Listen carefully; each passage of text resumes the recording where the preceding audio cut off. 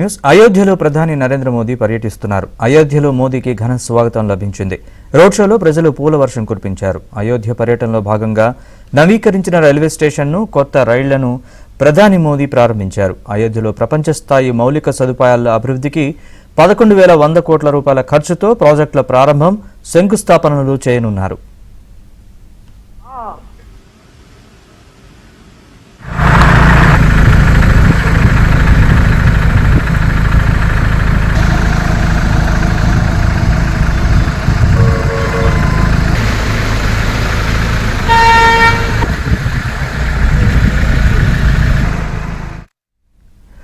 అయోధ్యలో 2,180 కోట్లతో greenfield township కు శంకుస్థాపన చేయనున్నారు మోదీ. ఉత్తరప్రదేశ్లో 4,600 కోట్ల కంటే విలువైన ఇతర ముఖ్యమైన ప్రాజెక్టులను ప్రారంభించి జాతికి అంకితం చేయనున్నారు.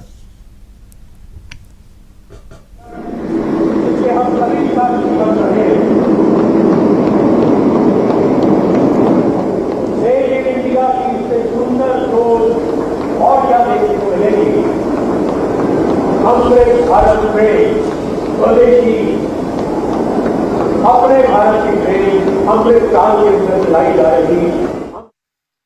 రామ జన్మభూమిలో అయోధ్య మందిరం ప్రారంభోత్సవం కోసం ఇప్పటికే శరవేగంగా పనులు జరుపుకుంటున్న ఈ నగరాన్ని ప్రధాని రాక సందర్భంగా మరింత సుందరంగా మలిచారు. శ్రీరామ మందిర నిర్మాణాన్ని ప్రతిబింబించేలా విమానాశ్రయం టెర్మినల్ భవనం ముఖద్వారాన్ని ఏర్పాటు చేశారు. భారీ స్వాగత ఏర్పాట్లు చేశారు. కూడళ్లు, వీధులు, ప్రధాన ద్వారాలను పువ్వులతో అందంగా అలంకరించారు. రామాయణ ఘట్టాలను తెలిపే కుడ్య చిత్రాలను గోడలపై చిత్రీకరించారు.